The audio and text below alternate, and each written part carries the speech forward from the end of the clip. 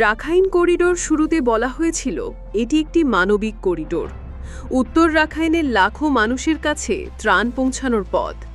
কিন্তু এই করিডোরের পেছনে লুকিয়ে আছে আন্তর্জাতিক কৌশলের গভীর এক লড়াই।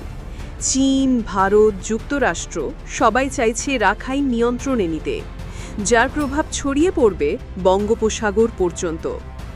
আরাকান আর্মি এখন রাখাইনের ৯০% এলাকায় প্রভাব বিস্তার করেছে। তাদের শক্ত অবস্থান মানবিক করিডোরকে পরিণত করেছে একটি রাজনৈতিক দাবার ঘুঁটিতে। বাংলাদেশের ভেতরে চলছে দ্বিধা।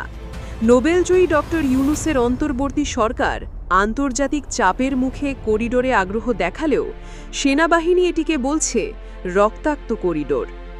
সেনাপ্রধান ওয়াকারুজ্জামানের আশঙ্কা, এই করিডোরের আড়ালে সক্রিয় হয়ে উঠতে পারে পশ্চিমা গোয়েন্দা তৎপরতা, আর বাংলাদেশ জড়িয়ে পড়তে পারে এমন এক সংঘাতে যা নিয়ন্ত্রণ করা কঠিন হবে।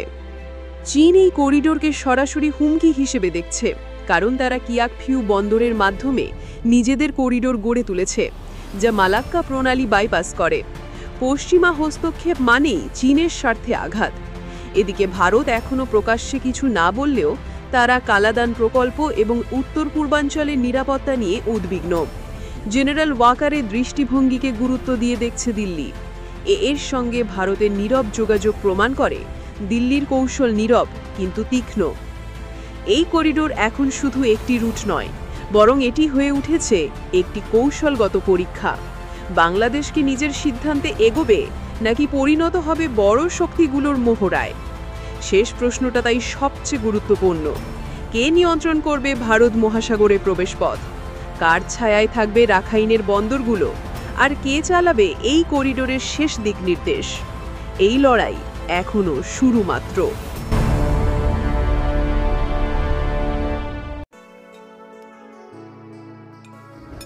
আমার পরিবারের সুস্বাস্থ্যের জন্য পিওরশিপের ওয়াটার পিউরিফায়ার ব্যবহার করি।